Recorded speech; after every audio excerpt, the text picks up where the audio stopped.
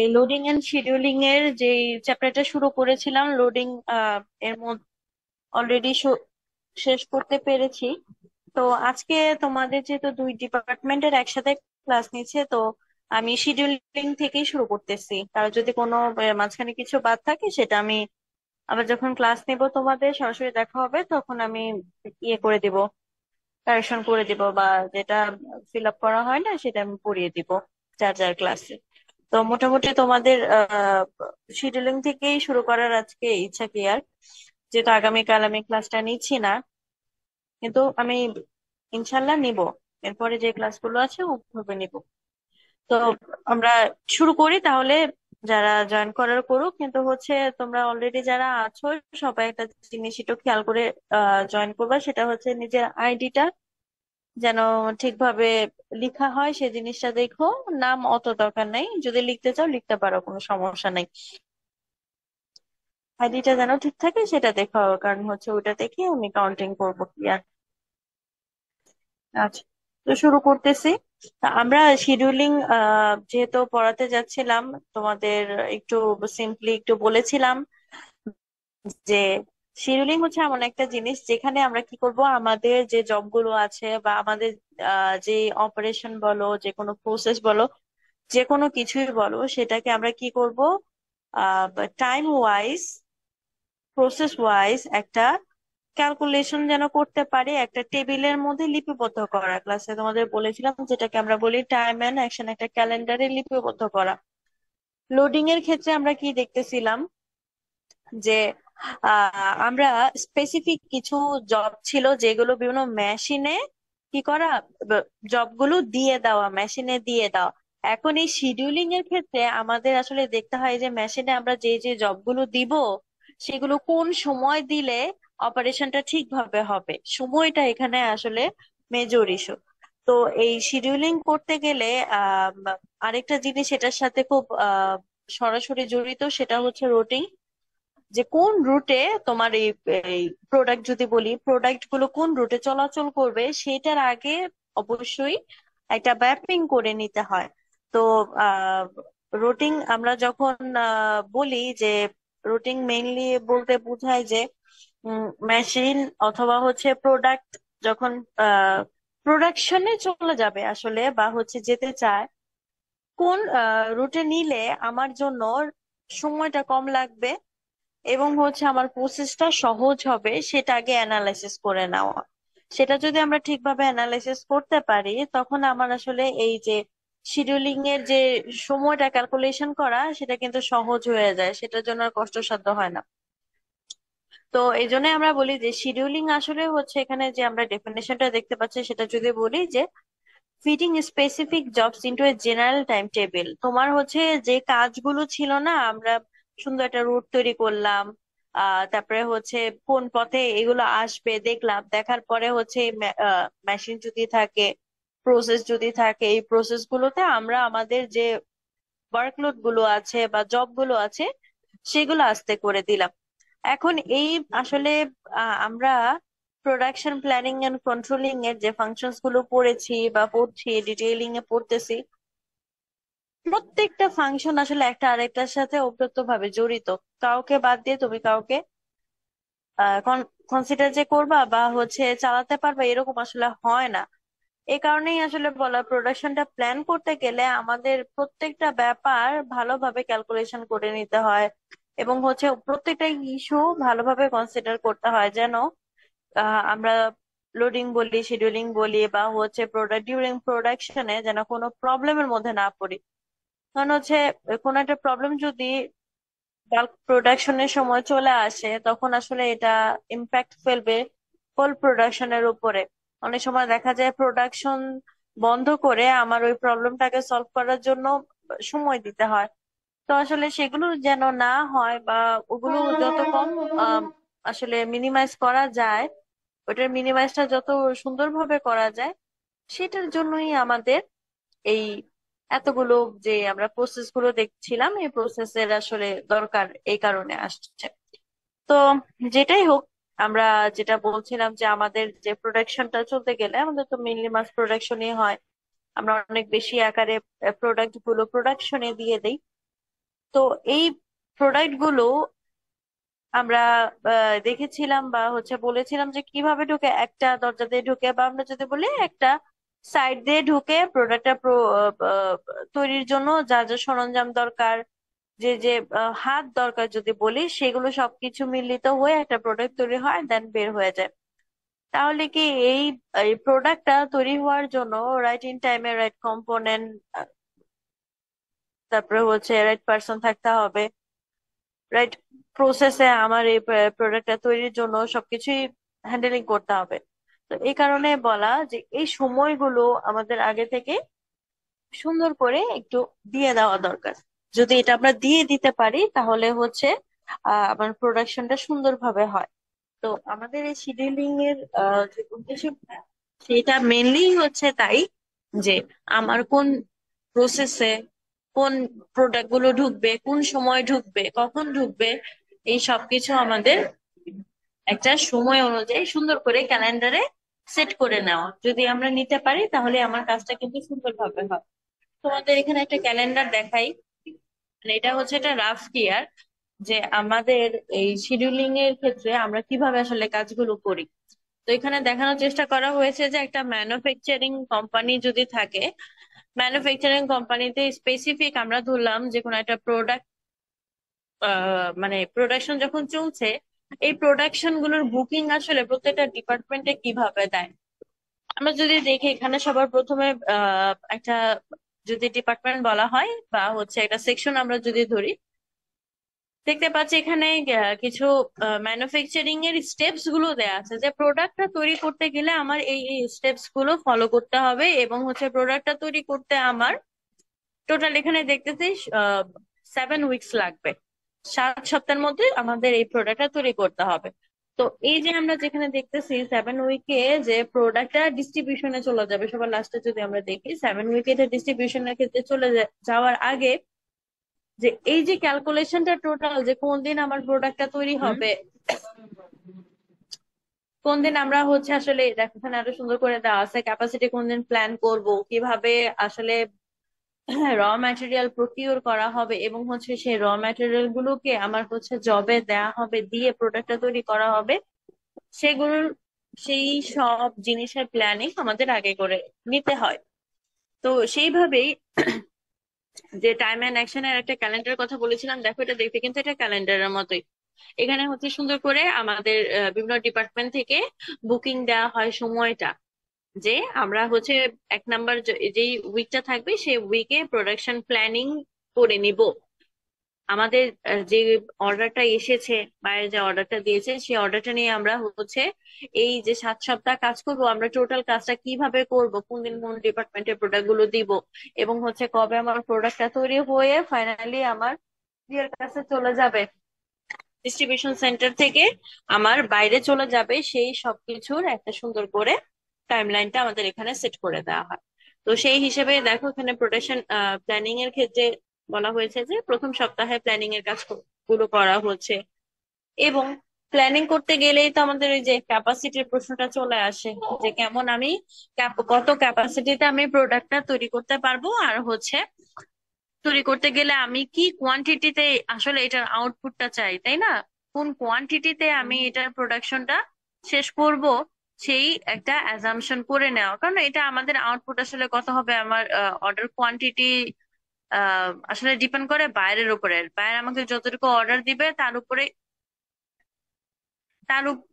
তার উপরেই আসলে ডিপেন্ড করে। তো এই কারণে দেখো আউটপুটটা আমার কত হবে সেটা কিন্তু আমার জানা, সেটার উপর সেটার উপর ডিপেন্ড করে আসলে আমরা ক্যাপাসিটি প্ল্যানিংটা করে নিই। তারপরে এখন ক্যাপাসিটি প্ল্যান করলাম, এবং আমি কত প্রোডাক্ট আসলে তৈরি করতে চাই, সেইগুলোর সবকিছুই একটা প্ল্যানিং এর আন্ডারেই পড়ছে, সেটাও প্রথম সপ্তাহে করে ফেলতেছি। নেক্সট কি, এখন এই প্রোডাক্ট গুলো আমার তৈরি করতে গেলে টাকা পয়সা লাগবে, মেশিনারিজ লাগবে, সবকিছু আমি কোত্থেকে পাবো? আমার যদি থাকে তাহলে তো ভালো, তারপরে ওই মেশিন গুলোর কিছু কিছু রিপেয়ারেন্স এর দরকার হয়, আমার ইয়েদের কি বলে, ওয়ার্কার যারা আছে তাদেরকে ট্রেনিং দেওয়ার প্রয়োজন পড়ে, তো সবকিছুই আসলে এই স্টেজে পড়ে। তো আমরা ওই ইনভেস্টমেন্ট প্ল্যান গুলো কিভাবে করব, আমার কোন কোন ক্ষেত্রে কোন কোন র ম্যাটেরিয়াল এর প্রয়োজন আছে, সেই সবকিছু আমরা এখান থেকে নিয়ে নিতে পারি। তো দেখা গেছে সেটা শুরু করতে প্রথম সপ্তাহ থেকে দ্বিতীয় সপ্তাহ পর্যন্ত লেগে গেল। তারপরে আমরা ইনভেস্টমেন্টের প্ল্যান করে ফেললাম, বা কত টাকা পয়সা আমাদের হাতে থাকলো সেগুলো সবকিছু প্ল্যান করে ফেললাম। এখন আমাদের কাজ প্রোডাকশনের দিকে চলে যাওয়া। এখন প্রোডাকশনের দিকে যাওয়া মানে আগে আমার র ম্যাটেরিয়াল কিনতে হবে। সেটা কিন্তু দেখো আমরা দেখতে পাচ্ছি যে উইক 2 থেকে 3 উইকের মধ্যে র ম্যাটেরিয়াল যে কেনাকাটা মানে প্রকিউরমেন্ট যেগুলো করার সেগুলো করে ফেলেছে। নষ্ট করো না।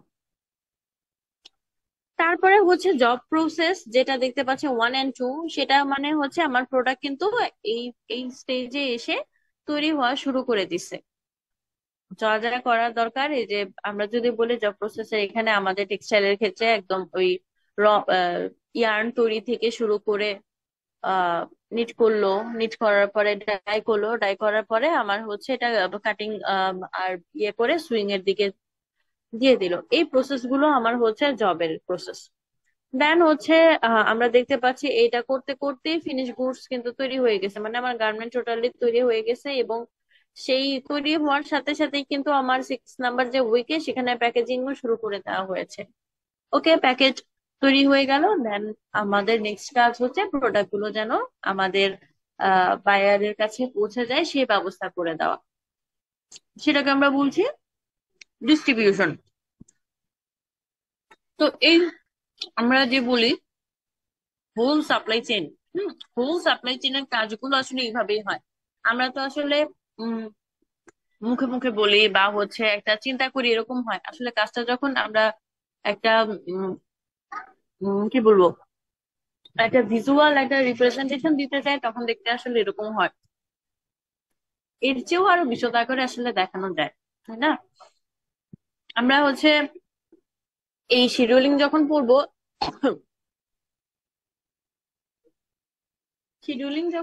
এখানে আরো দেখবো যে কতটুকু মানে কেমন ভাবে ফোরকাস্টিং করি আমরা, বা আমার ফোরকাস্টিং এর জন্য যে কোয়ান্টিটি সেটা কিরকম থাকতে পারে, এবং আমরা সেটা মিট করার জন্য কিভাবে আমাদের কাজগুলো আগাইতে পারি, এটা নিয়ে একটু ধারণা দেওয়া হবে ইনশাল্লাহ এই চ্যাপ্টারের শেষের দিকে। আচ্ছা, তোমাদের মানে পড়ানোর প্ল্যান আছে। তো মোটামুটি একটু যেটা দেখালাম সেটা কি শিডিউলিং আমরা যে করি, যে সময়টা দেখানোর জন্য, এটা আসলে সে সময়ের হিসাবে দেখালাম। তারপরে আমরা আবার একটু ডেফিনেশনে চলে যাই। ডেফিনেশনে আমরা যে জিনিসটা দেখতেছি আবার, যে আমরা যদি এই শিডিউলিং এর মিনিংটাকে আরেকটু সিম্পলিফাই করি, তাহলে এটাকে আরো সুন্দরভাবে বলা যায় যে দেখ, এই শিডিউলিং আসলে কাজটা যখন করে, এখানে ডিটারমাইন শুধু সময়টা নিয়ে করে না, আরো কি নিয়ে ডিটারমাইন করে, the rate at which the work shall be perform. এখানে সময়ের সাথে সাথে আসলে কোন হারে আমার প্রোডাক্টটা তৈরি করা হবে সে জিনিসটাও কিন্তু কি করা হইতেছে, ডিটারমাইন অলরেডি করে নেওয়া হচ্ছে। তারপরে তো সময়ের কথাটা তো বললামই, যে কোন সময়ে করলে, কখন করলে এটা আমাদের জন্য ভালো হবে, আমার প্রোডাকশনের জন্য ভালো হবে, সেটা এখানে ক্যালকুলেশন করা হয়। এবং কি কোন সিকোয়েন্সে করলে, যে সিকোয়েন্সটা যখন বলা, এটাই কিন্তু ওই যে প্রথমে যখন শুরু করেছিলাম বলেছিলাম যে একটা রুটিন ফলো করে, যে কোন রুটে গেলে আমাদের প্রোডাক্টটা তৈরি করতে অনেক ইজি হবে, বা আমরা যদি বলি যে আমাদের র ম্যাটেরিয়াল গুলো এক ডিপার্টমেন্ট থেকে আরেক ডিপার্টমেন্টে আনা নেওয়ার ক্ষেত্রে কিভাবে নিলে আমাদের জন্য সুবিধা বেশি হয় এবং সময়টা কম লাগে, সেটা আসলে এখানে ডিটারমাইন করা। তার মানে কি আমার এই শিডিউলিং যে প্রসেসটা আছে, এখানে মোটামুটি আমাদের প্রোডাক্টটার তৈরি করার ক্ষেত্রে যে যে স্টেপস গুলো প্রয়োজন আছে সেইগুলো আসলে এখানে মোটামুটি একটা ধারণা পাওয়া যায়, এভাবে আমরা করতে পারি। তারপরে আমরা দেখি যে আমরা যে শিডিউলিংটা করবো, এই শিডিউলিংটা করতে গেলে আমার কিছু ইনফরমেশনের দরকার আছে। ঠিক আছে, এই ইনফরমেশন গুলো যদি আমার হাতে থাকে, প্রপার ওয়েতে আমরা আসলে আমাদের প্রোডাকশনের কাজটা করতে পারবো, এবং আমার শিডিউলিংটা ঠিকভাবে করতে পারবো। কারণ কি এখানে প্রত্যেকটা জিনিসই আমার সময়টা ক্যালকুলেশন করতে হয়, তাই না? আমরা দেখলাম একটু আগে যে কোন সপ্তাহে কোন কাজ করবো, এটা সম্পূর্ণটাই কিন্তু প্ল্যানিং এর ফেজে পড়ে যাচ্ছে। তো এগুলো করতে গেলে আমার হচ্ছে তাহলে কিছু ব্যাকআপ লাগে, যে আমরা যেটাকে বলি কিছু জিনিসপত্র লাগে, যেটা থাকলে আমরা ওই কাজটা আরো সুন্দরভাবে করতে পারি। এখানে আমরা দেখতে পাচ্ছি যে সবার প্রথমে যেটা বলা যে আমার অপারেশনস নেসেসারি, যে আসলে আমরা যখন শিডিউল করতে যাব তখন আমার আগে ক্যালকুলেশন করতে হবে বা অ্যানালাইসিস করতে হবে যে প্রোডাক্ট আমরা হচ্ছে করতে চাই, সেই প্রোডাক্টটা তৈরি করতে গেলে আমার হচ্ছে কি কি অপারেশন আসলে এটার সাথে ইনক্লুডেড আছে সেটা আগে বের করে নেওয়া। তো দেখা যায় কি আমাদের টেক্সটাইল সাপ্লাই চেইনে বা হচ্ছে টেক্সটাইল প্রোডাকশনে অপারেশন গুলো তো সেম, এগুলোর তো আসলে চেঞ্জ হয় না, তাই না? শুধু চেঞ্জ হয় কিসের ক্ষেত্রে? প্রসেসের ক্ষেত্রে।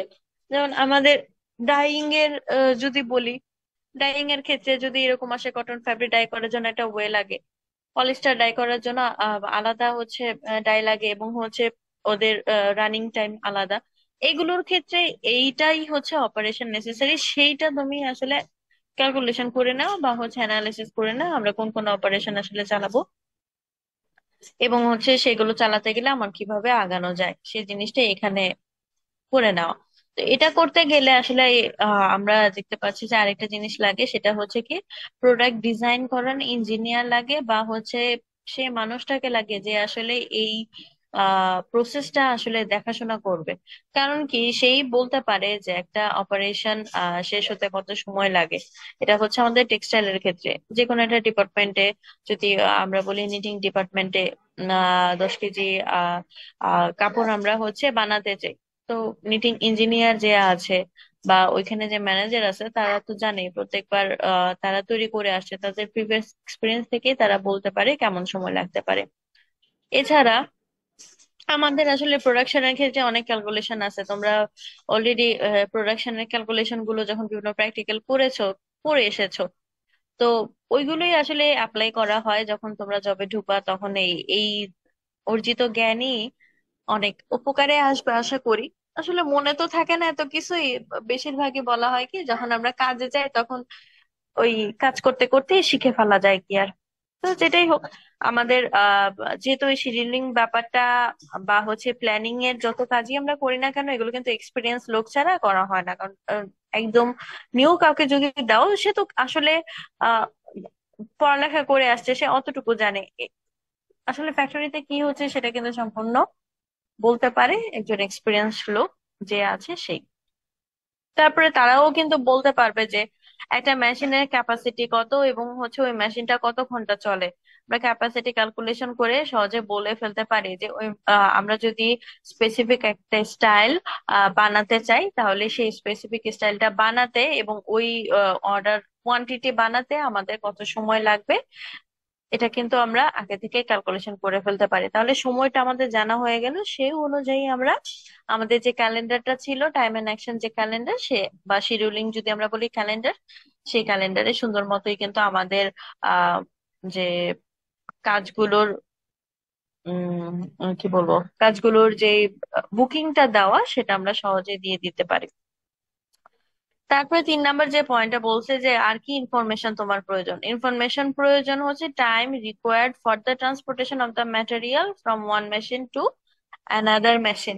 এই যে আমাদের একটা ডিপার্টমেন্ট থেকে প্রোডাক্ট তৈরি হয়ে আরেকটা ডিপার্টমেন্টে যায়, যেটা বলছিলাম একটু আগে যে এতগুলো ডিপার্টমেন্টের প্রোডাক্ট তৈরি করতে গেলে একটা ডিপার্টমেন্ট শেষ করবে কবে এবং সেই ডিপার্টমেন্টের ফিনিশ কোর্স অন্য ডিপার্টমেন্টে কবে যাবে সেটা আগে থেকে আমাদের বুকিং করে দিতে হয়, তাই না? সেটা না দিলে তো আসলে অন্য ডিপার্টমেন্টের মেশিন তোমার ফ্রি রাখবে না, বা হচ্ছে অন্য ডিপার্টমেন্টের লোকজনও ফ্রি থাকবে না তোমার কাজটা করে দেওয়ার জন্য।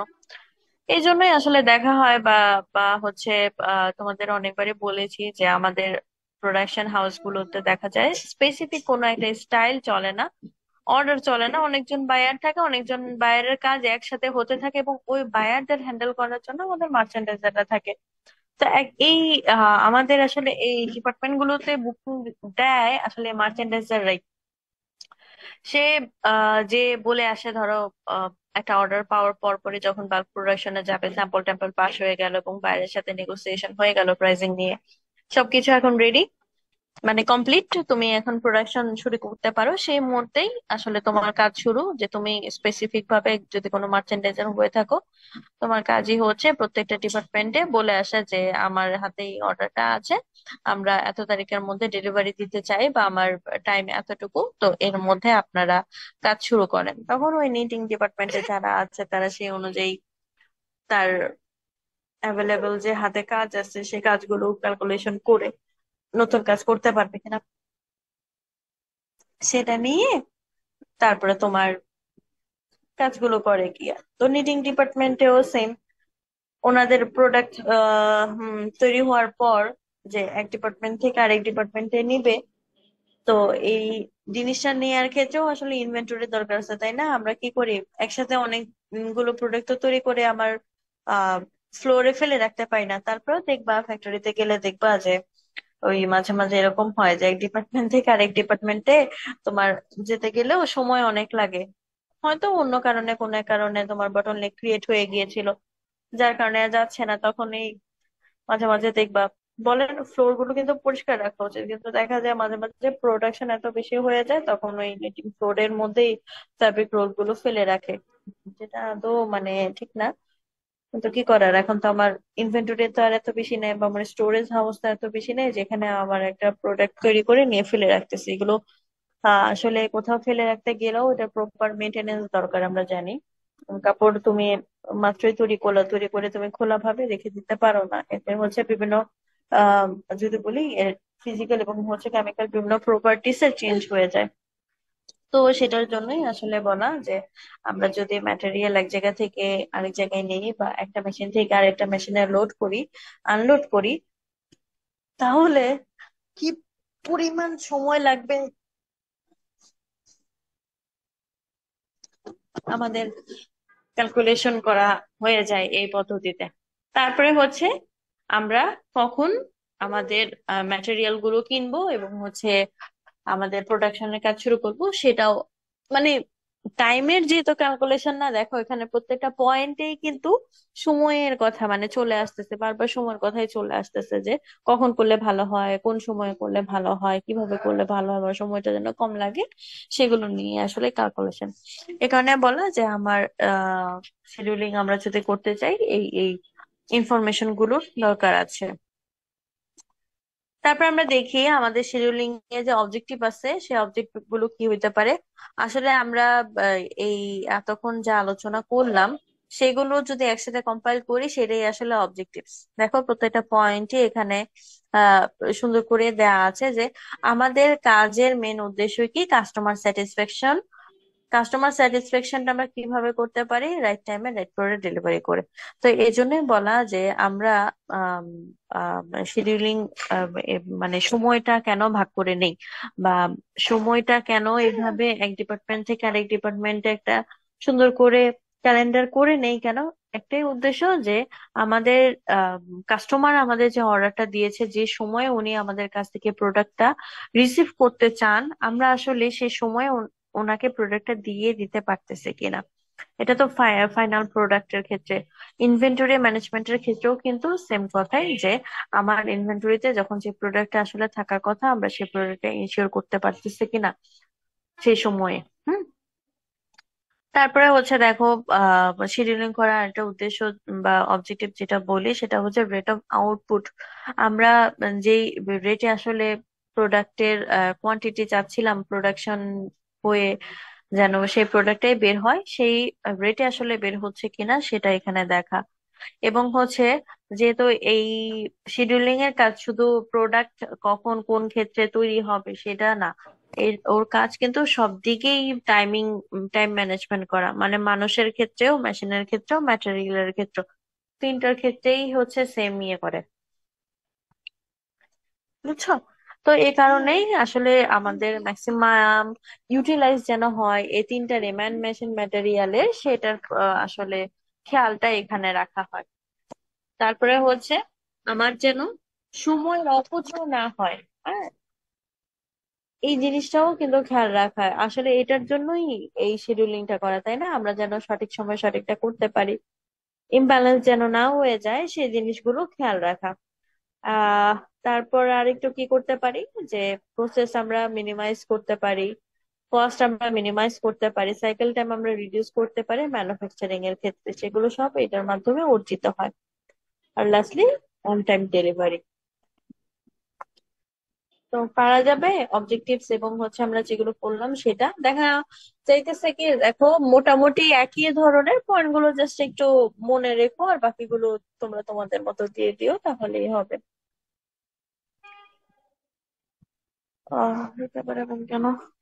আচ্ছা, তারপরে হচ্ছে আমরা যদি কিছু প্রিন্সিপাল দেখি, যে শিডিউলিং করতে গেলে আমরা আসলে কোনটার উপর জোরদার করি।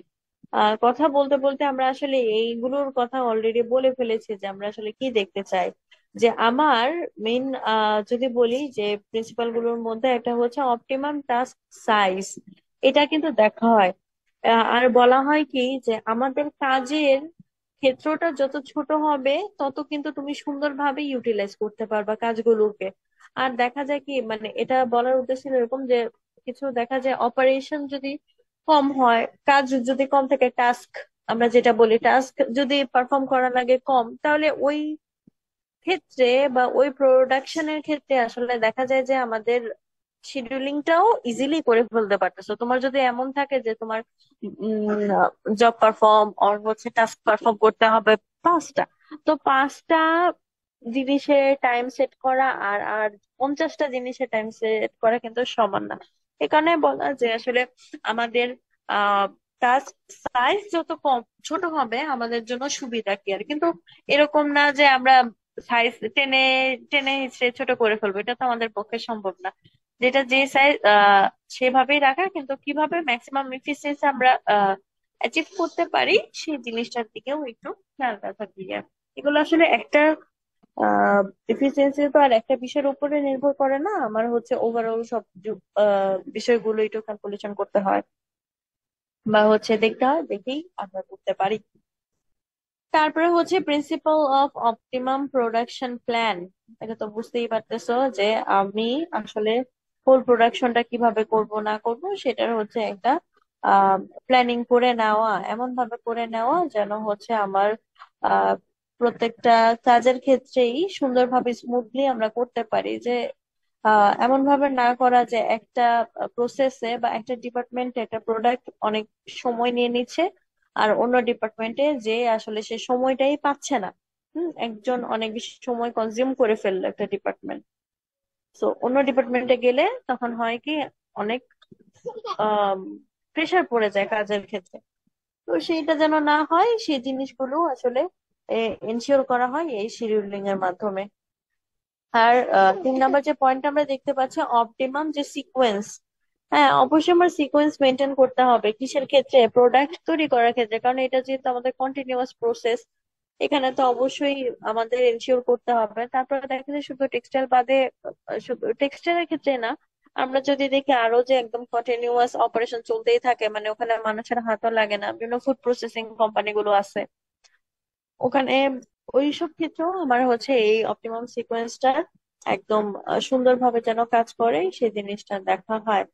এই কখন মানে কোনটার পর আমাদের কোন কাজটা হবে সেটা সুন্দর করে একটা তোমার টাইমলাইন সেট করে দেওয়া, প্লাস হচ্ছে কি প্রসেসটাও সেট করে দেওয়া, তাহলেই আমাদের কাজগুলো ঠিকভাবে হয়ে যাবে সিকোয়েন্স ওয়াইজ।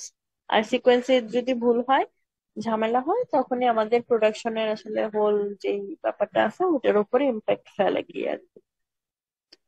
তো এখানে আসলে পয়েন্ট যেগুলো বললাম, তো পয়েন্ট গুলো একটু মনে রেখো, মনে রেখা কাজ করার চেষ্টা করে দিয়ে। তো এই আমরা যখন এই শিডিউলিং করতে যাই, যখন আমরা টাইম ক্যালকুলেশন করতে যাই বা হচ্ছে সিকোয়েন্স গুলো কোনটা কোন সময় এবং হচ্ছে কোন ডিপার্টমেন্টে ঢুকবে, এটার ক্ষেত্রে কিছু ইনপুট দিতে হয়। তো ইনপুট হিসেবে আমরা কি দিতে পারি আসলে, ইনপুট হিসেবে অনেক আহ, যেটা আমরা দেখতে পাচ্ছি, প্রথমে দেওয়া পারফরমেন্স স্ট্যান্ডার্ড। স্ট্যান্ডার্ড বলতে আসলে কি বুঝি সেটা তো বুঝি, সেটা শুধু আমার প্রোডাক্টের ক্ষেত্রে সময়ের জন্য প্রযোজ্য ওরকম না, আমার আসলে একটা প্রোডাক্ট তৈরি করতে কতটুকু সময় দরকার, হ্যাঁ ওটা তোমাদের ক্লাসে বলেছিলাম যে স্ট্যান্ডার্ড একটা মিনিট ভ্যালু থাকে, এসএমবি যেটাকে বলে। সেটা হচ্ছে সেট করে নেওয়া যে আমরা যদি এই অপারেশনটা করতে চাই, এই প্রোডাকশনের এই কাজটা করতে চাই, আমাদের আলটিমেট স্ট্যান্ডার্ড টাইমটা কতটুকু হবে সেটা জানা, এবং সেটা জানলেই কিন্তু আমরা আমাদের ক্যাপাসিটি ক্যালকুলেশন করে আমাদের টোটাল যে প্রোডাক্টটা তৈরি করতে কত সময় লাগবে সেগুলোর একটা ক্যালকুলেশন করে ফেলা যায়। তারপরে হচ্ছে আমরা লোডিং এবং শিডিউলিং যে করব, কত ইউনিটে করব সেটা একটু এখানে দেখে নেওয়ার বিষয় আছে, যে কত কোয়ান্টিটির প্রোডাক্ট নিয়ে আসলে আমরা কাজ করতেছি সেটা এখানে ক্যালকুলেশন করতে হবে, এবং হচ্ছে অ্যানালাইসিসও করা লাগে যে যদি এমন দেখা যায় অর্ডার কোয়ান্টিটি বেশি, আমার হচ্ছে এই যে টাইমলাইনটা আছে সেই টাইমলাইনের মধ্যে হবে না, বা আমার যে ক্যাপাসিটি আছে সেই ক্যাপাসিটির ভিতরে কমপ্লিট করা সম্ভব না, তখন আমরা আসলে ক্যাপাসিটি কিভাবে বাড়ানো যায় সেটা নিয়ে কাজ করি, বা হচ্ছে অন্য কোথাও যাব কিনা সেটা নিয়েও অ্যানালাইসিস করি, বা হচ্ছে আমরা বাইরের সাথে কথা বলি ক্যাপাসিটি কিভাবে বাড়ানো যায়, বা আমার অর্ডারটা কমপ্লিট করার জন্য যে প্রবলেম গুলো আমরা ফেস করছিলাম সেটা আমরা কিভাবে মিনিমাইজ করতে পারি সেটা দেখতে পারি। তারপরে হচ্ছে ইনপুট হিসেবে আরেকটু জিনিস আছে, এখানে হচ্ছে ইনভেন্টরিও ক্যালকুলেশন করতে হয়, হ্যাঁ। কারণ ইনভেন্টরিতেই তো আমরা এনে প্রত্যেকটা জিনিস রাখবো, সো এটাও যেন ঠিকভাবে হয়। ইনভেন্টরি লোডিং এর ক্ষেত্রে, আনলোডিং এর ক্ষেত্রে এটা আমাদের দেখার বিষয়। তারপরে তুমি সবকিছু ক্যালকুলেশন করে দিলা, টাইম টাইম বেঁধে দিলা, সবকিছু করলা, কিন্তু হচ্ছে তোমার যেই কাজ করার ক্ষেত্রটা, তোমার প্রোডাকশন ফ্লোরে লোকজন ঠিকভাবে কাজ করতেছে না, ইফেক্টিভ ওয়েতে কাজ করতেছে না, তখন সেই জিনিসটাও আসলে আমাদের একটু দেখার বিষয়, যেন তারা ঠিকঠাক ভাবে কাজ করে এবং প্রত্যেকটা প্রসেস যেন ঠিকঠাক ভাবে চলে, আমাদের সেটা এনশিওর করা। তারপরে বলেছে demand pattern and extent of flexibility to be provided for rush orders. এটা তো বুঝতেই পারতেছো যে আমাদের যখন হঠাৎ আম, কোনো টাইমলাইন মিট করার সময় চলে আসে, তখন আসলে প্রোডাকশন ফ্লোরে যদি বলি, প্রোডাকশন ফ্লোরে অনেক রাশ আওয়ার চলে, সেটার কথাই বলা হয়েছে। সেটা একটা হইতে পারে, আবার অনেক সময় হয় কোন একটা প্রোডাক্টের আমাদের অর্ডার যখন আসে একটু শর্ট টাইম দিয়ে যদি আসে, তখন সেই ক্ষেত্রে আসলে হুড়োহুড়ি করে কাজ করতে হয়। তো সেটা আসলে বলা হয়েছে যে আমরা আসলে আমাদের ওয়ার্কার বলি, আমাদের মেশিন বলি, আমরা আসলে কতটুকু ফ্লেক্সিবল, যে আমাদের উপরে যদি প্রেশার আসে বা হচ্ছে একটা সময়ের একটা ব্যাপার আসে, তখন আমরা কতটুকু সময়ের মধ্যে কাজগুলো করে ফেলতে পারি। এটা আমাদের ক্যাপাসিটির উপর ডিপেন্ড করতেছে, এবং হচ্ছে আসলে আমাদের দক্ষতার উপরে নির্ভর করতেছে অনেকটুকুই।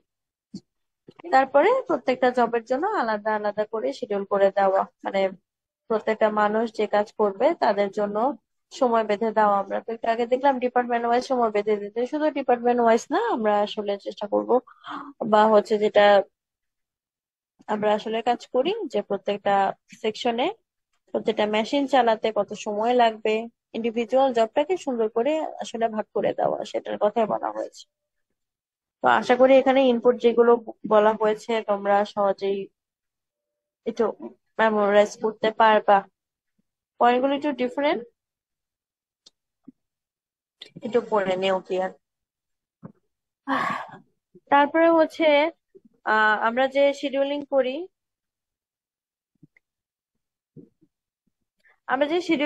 সেটার উদ্দেশ্য কি? উদ্দেশ্যগুলো কিন্তু আমরা মাত্রই পড়ে ফেলছি, মানে এতক্ষণ যা যা আলোচনা করলাম।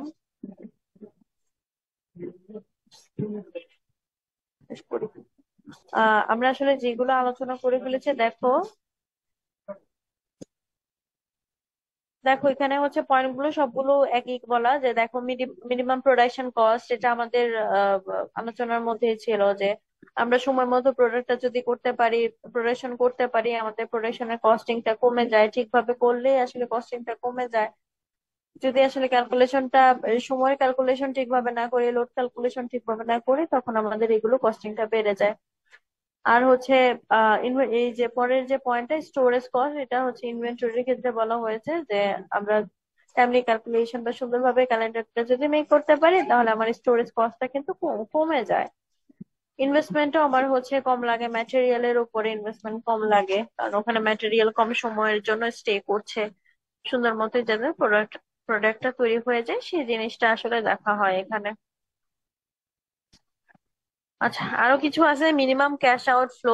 এইটা হচ্ছে দেখা হয় যে আহ আমরা যখন প্রোডাক্ট আসলে তৈরি করতে যাই কোনো একটা প্রসেসের ক্ষেত্রে, মাঝে মাঝে দেখা যায় যে কিছু আইটেম থাকে যেগুলো একটু দামি আইটেম হয়। তো সেগুলো আসলে কোন সময়ে কিনে রাখলে আগে থেকে আমাদের জন্য কস্ট ইফেক্টিভ হয় সেই জিনিসটা আসলে এখানে দেখা হয়। যে এটা তো আমরা জানি যে আমাদের আসলে অর্ডার গুলো মোটামুটি একই টাইপের আসে, বা আমরা যদি বলি আমাদের র ম্যাটেরিয়াল গুলো একই টাইপের। কোনটার ক্ষেত্রে? ইয়ার্নের ক্ষেত্রে দেখা যায় বেশিরভাগই আমাদের যে বায়েরা আছে তারা 100% কটনই দেয়। তারপরে হচ্ছে মানে এগুলোরই তো প্রোডাকশন আমাদের প্রোডাকশন হাউস গুলোতে চলে, 100% কটন বা 80% 20% কটন পলিস্টার, এগুলোই মোটামুটি চলে। তো দেখা যায় কি যখন এটা শুধু আমাদের এইখানে না, দুনিয়ার সব ব্যবসাতেই আসলে এই পলিসিটা ফলো করে, যখন আমাদের মোটামুটি একটু র ম্যাটেরিয়ালের দাম কম থাকে, রিজনেবল থাকে, বা একটু প্রাইসটা একটু কমেছে, সেই সময় লোকজন যে একটু মজুত বেশি করে রাখে। তো তুমি যদি এখানে একটু বেনিফিটেড হও তখন দেখা যায় কি অন্য দিক থেকে আমরা একটু প্রাইসটা যদি বেশিও হয় তখন আমরা একটু সুন্দরভাবেই ব্যালেন্স করতে পারি। তো সেই জিনিসটাই বলা যে এগুলো যেন আমরা করতে পারি সেটা দেখা। লেবার প্ল্যান্ট ইউটিলাইজেশন মানে হচ্ছে কোন লোককে কোন জায়গায় দিলে আমাদের জন্য ভালো হবে, কি সুন্দর মতো আমাকে সময় মতো কাজটা করে দিতে পারবে সেটা দেখা। এবং হচ্ছে প্ল্যান্টের ক্ষেত্রেও একই সেম কথাই, যে আমাদের আসলে কোন সাপ্লায়ারকে দিলে কাকে দিলে আমাদের সুন্দর মতো ও সময় মতো প্রোডাক্ট গুলো হাতে চলে আসবে এবং প্রোডাকশনের কাজ যেন ঠিকভাবে হয় সেগুলোই দেখা। এখানে অনেক কিছুই আছে, সেগুলো হতে পারে। এগুলো হচ্ছে আমাদের আহ কি বলবো যে এই শিডিউলিং করতে গেলে এই জিনিসগুলো আমরা আসলে বেনিফিট পেয়ে থাকি। তারপরে এখানে যে কাস্টমার স্যাটিসফ্যাকশনের কথা বলেছো, এটা তো আমি অনেকবারই বারবারই বলি তোমাদের, যে আমরা প্রোডাক্ট তৈরি করি, প্রোডাক্ট সেল করি, আর যেটাই করি না কেন আমাদের আলটিমেট গোল থাকে কাস্টমারের স্যাটিসফ্যাকশন। সেটা আমরা অ্যাচিভ করতে পারবো যদি সময় মতো আমাদের যে যে প্রোডাক্টের কাজ চলছে, ডিজাইনিং এর ক্ষেত্রে বলো আর হচ্ছে প্রোডাকশনের ক্ষেত্রে বলো, সবগুলোই যদি ঠিকঠাক মতো করতে পারি। আচ্ছা, তারপরে হচ্ছে ম্যাক্সিমাম অপারেটর মোরাল। এটা হচ্ছে কি frequent change over can be very disturbing to operators and আর কজ এ লোয়ার মোরাল। মানুষ আবার দায়িত্ব বারবার চেঞ্জ করলে বিরক্ত হয়ে যায়, সেটাই বলছে কি। আর তো এর জন্যই দেখা যায় কি মোটামুটি আহ, যে যে পজিশনের জন্য বা যে কাজের জন্য ভালো যোগ্যতা সম্পন্ন তাকে সেই কাজে দেওয়া হয়, সেই জিনিসটাই করতে দেওয়া হয়। তো এই আমরা যখন proper utilisation of man man করি তখন আসলে এটাই দেখা হয় যে আমরা যোগ্য লোককে বা যে লোকটা যে কাজটার জন্য অ্যাপ্রোপ্রিয়েট তাকে আমরা সেই সেকশনে সেই কাজে দিতে পারি কিনা। ঠিক আছে।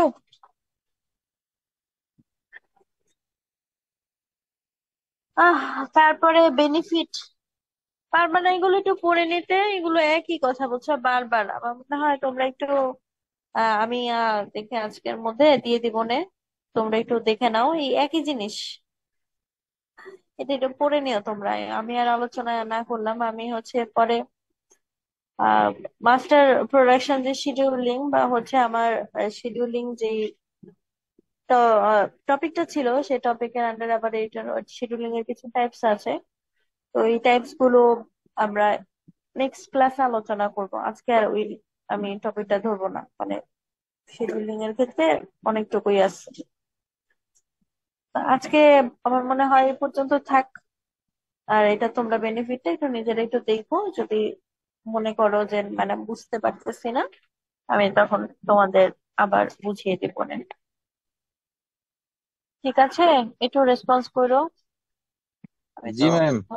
মুখে ম্যাম। তোমাদের একটু কানেক্ট হয়েছি তো।